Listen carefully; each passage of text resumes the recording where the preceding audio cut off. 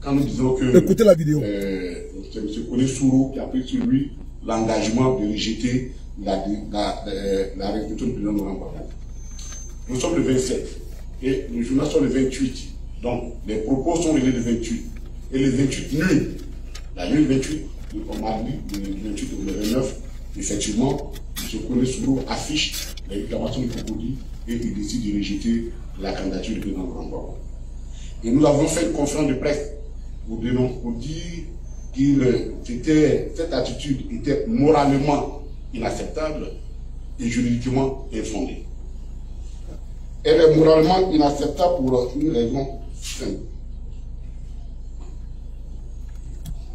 Pour beaucoup de nos concitoyens et pour une opinion politique et pour une opinion publique majoritaire, l'adversaire le plus craint, l'adversaire que M. Ouattara craint le plus s'appelle Laurent Gbagbo.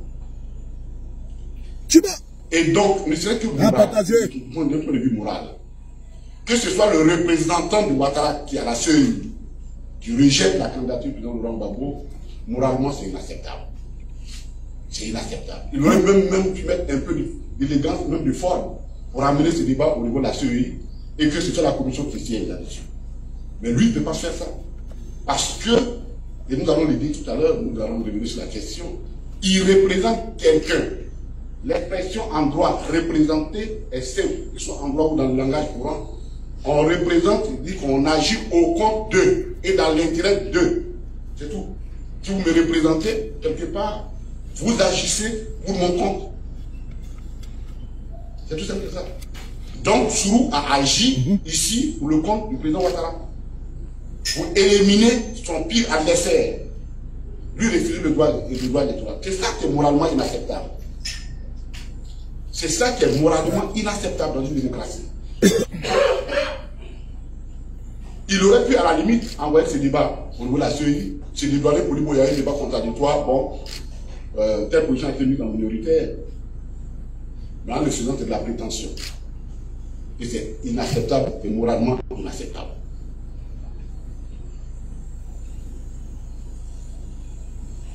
Deuxièmement, cette décision est juridiquement infondée. Parce que ni la CEI, encore moins un commissaire de la CEI, n'ont la compétence pour s'opposer à une décision de justice. Or, le président Laurent Gbagbo, en allant s'inscrire, en allant réincrire sur la liste électorale, il est parti avec le document qui justifie sa restriction, l'arrêt de la Cour africaine des droits de l'homme. Écoutez bien, c'est important. Elle est soumise à cet arrêt, sans aucune autre forme.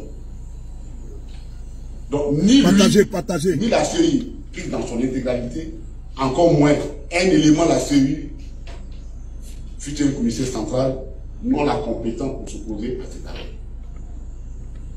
Ouais. Donc, moralement, cette décision est inacceptable, juridiquement, elle est infondée. Quand nous avons informé le président Laurent Gbagbo le 30 juin dernier, voici les instructions qu'il nous a demandées, qu'il nous a données au papier qui ont été inscrits dans le communiqué qui a été fait à ce sujet. Nous devons poursuivre jusqu'à la restitution de ces droits civils illégalement confisqués. On va poursuivre la bataille, notre lutte jusqu'à la restitution des droits civils du président Laurent Gbagbo illégalement confisqués. Deuxièmement, nous n'allons pas nous laisser distraire parce que c'est de la distraction. Et c'est la même distraction qui continue avec l'affiche, la bande déroulante d'hier. Parce que dans la réalité, il veut passer par tous les moyens pour nous empêcher d'aller aux élections. En pensant que nous allons détruire l'essentiel et ne pas aller aux élections prochaines. Le président a demandé que si ça ne tient qu'à son cas, il faut bien que nous allions aux élections. Parce qu'il sait qu'en le refusant, c'est pour démobiliser nos militants. Et il ne faut pas que nous tombions dans ce piège. Au contraire, cette situation d'injustice doit remobiliser nos militants pour aller à l'avant et affronter ou gagner ces élections qui viennent. pari de gagner encore le maximum, de marquer notre présence de façon effective et très visible sur le territoire, sur la scène politique ivoirienne. Donc, les institutions du président Laurent Gbagbo nous mettent en ordre de bataille. L'autre partie en ordre de bataille. En ce qui concerne la première instruction, c'est-à-dire nous battre jusqu'à ce que les droits du président Laurent Gbagbo les droits civiques soient restitués,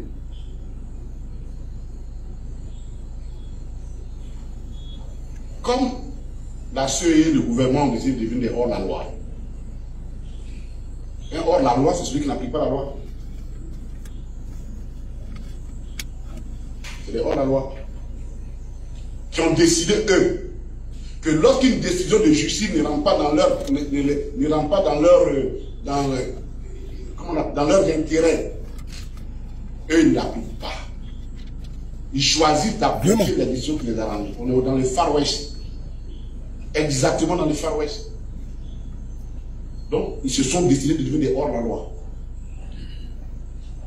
En prenant en otage la justice, ils n'ont plus d'autre choix que de nous battre autrement. Ils n'ont plus d'autre choix que de nous battre autrement. Puisque un citoyen, quand il a un problème, il va voir la justice. Et la justice dit, vous avez raison, et prend une décision. Mais le juge qui a pris la décision, ce n'est pas lui qui a pris.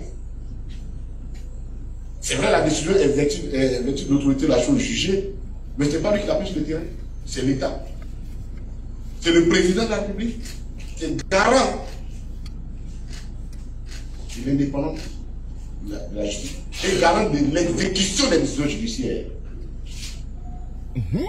Donc, lorsqu'un gouvernement décide, moi je trie des décisions, il n'y a pas autre expression qu'un hors la loi. C'est un gouvernement hors la loi.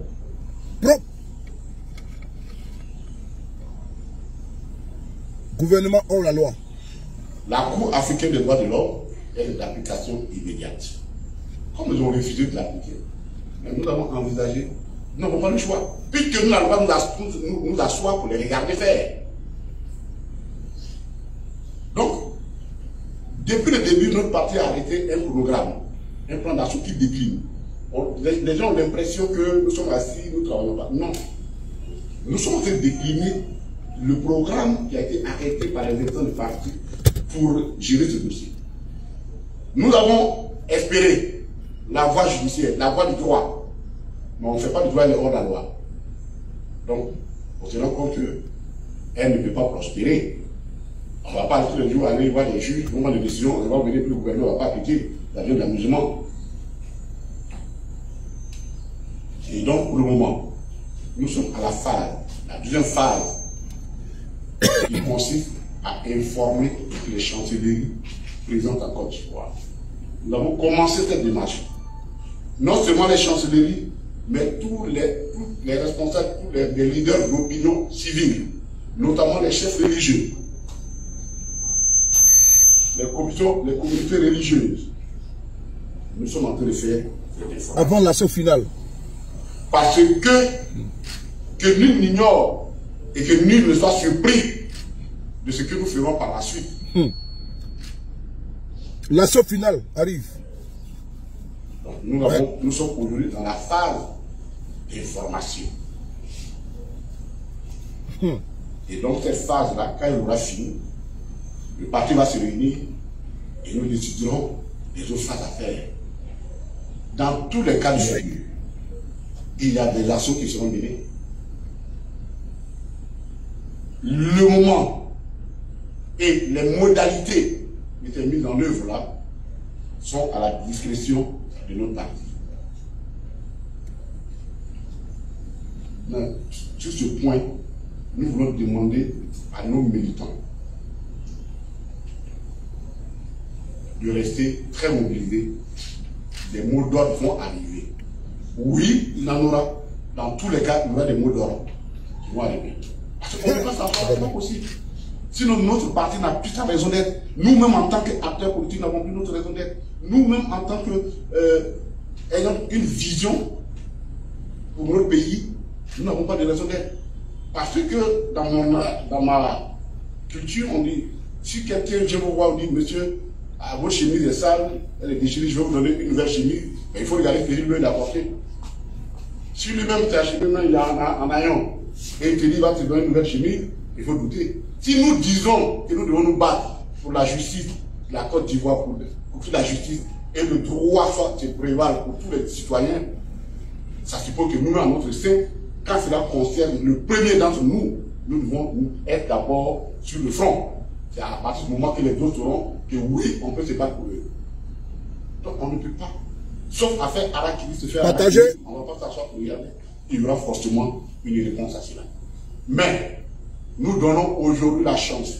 Nous laissons la chance toujours à la sagesse. C'est pourquoi nous parlons à tous les communautés pour que ceux qui peuvent parler à la Côte d'Ivoire puissent parler à ceux qui ont les oreilles pour entendre. Nous sommes à ce stade. Nous augmentons sur stade d'information. Oh, ça peut s'arrêter là. Puis effectivement, notre requête trouve une information. Nous ne sommes pas là pour mener des actions, juste des actions. Mais nous entendons aller jour de cette bataille. Au demeurant, la question du président Laurent Gbagbo pose de façon plus large et rend encore davantage crucial et urgent la révision et la réforme, et même pas on va pas le terme, la refondation de la CEI. Parce que cette CEI-là, chaque jour qui passe, donne la preuve qu'elle est fondamentalement une série sous contrôle exclusif du régime de l'HDP. Et donc confligène. C'est une série confligène. Et c'est normal. Moi, Koné Katina, vous me prenez, vous m'envoyez à la CEI, vous êtes président de la CEI. Les premiers cas, il y a des défense, c'est le cas de Laurent Gbagbo. C'est tout. Je suis partisan. Je suis partisan.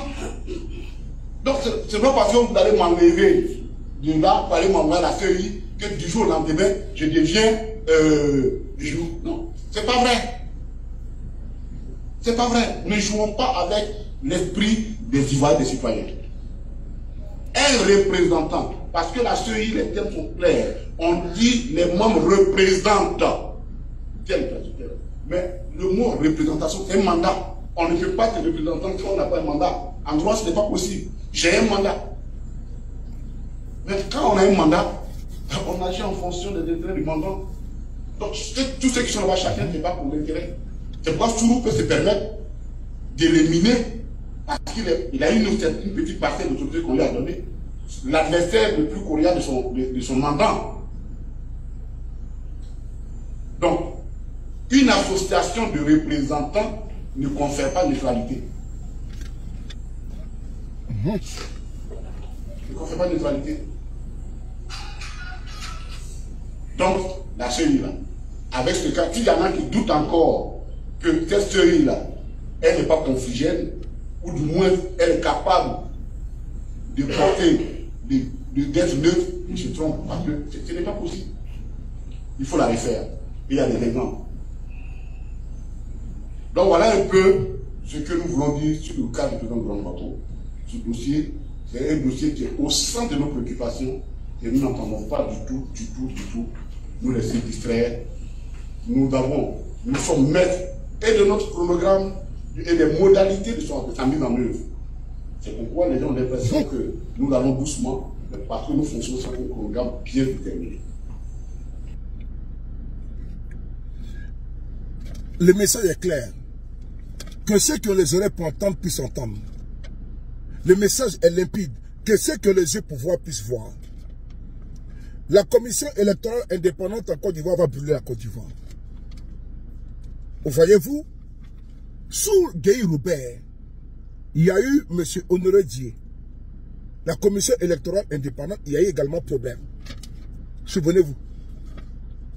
Guy Robert, là, Honoré Dié, là, qui devait donner les résultats, là, il a été kidnappé par la junte en place. Pour donner un autre résultat. En 2010, on a encore eu des problèmes avec la commission électorale indépendante. Pendant les élections municipales et législatives, on a eu des problèmes avec la commission électorale dite indépendante. Les municipales ici, on a vu des urnes qui ont bizarrement survolé du plateau jusqu'à Cocody. Sous les yeux et la barbe des membres de la commission électorale dite indépendante. Frères et sœurs, cette commission électorale indépendante, la Cour africaine a déjà donné un arrêt. L'arrêt dit qu'il faut réintégrer Gbagbo, il faut réintégrer Guillaume Soro. Mais la Cour n'a pas qualité à refuser. Elle doit appliquer. Puisque la décision de la Cour africaine est supérieure aux décisions des tribunaux ivoiriens. Mais non, on fait fi de ça. Et on s'enfonce comme un bélier qui court et qui fonce directement dans le mur. Qu'est-ce que ces personnes veulent? Ils veulent tout simplement brûler notre pays, la Côte d'Ivoire. Il est temps de tirer la sonnette d'alarme. Il est temps de parler. Parce que ce que le discours que nous avons entendu, c'est qu'actuellement, le PPACI a épuisé toutes les cartes. Et c'est maintenant que la rue sera prise. C'est maintenant que la bataille des clients va commencer. Puisqu'il ne veut pas entendre raison. Et bien évidemment, c'est ce que le RDS cherche. Il cherche la confrontation. Mais il n'y aura pas de confrontation. Il y aura des manifestations pacifiques en Côte d'Ivoire. Pour demander que cela cesse une bonne fois pour toutes. Cette manière de vouloir de caporaliser, de s'accaparer la commission électorale dite indépendante, cette manière doit cesser. D'ailleurs même, il faut débarrasser la commission électorale des politiques. Il faut donner la société civile et les religieux. Parce que tant qu'il y aura des politiques dedans, ça sera toujours des problèmes.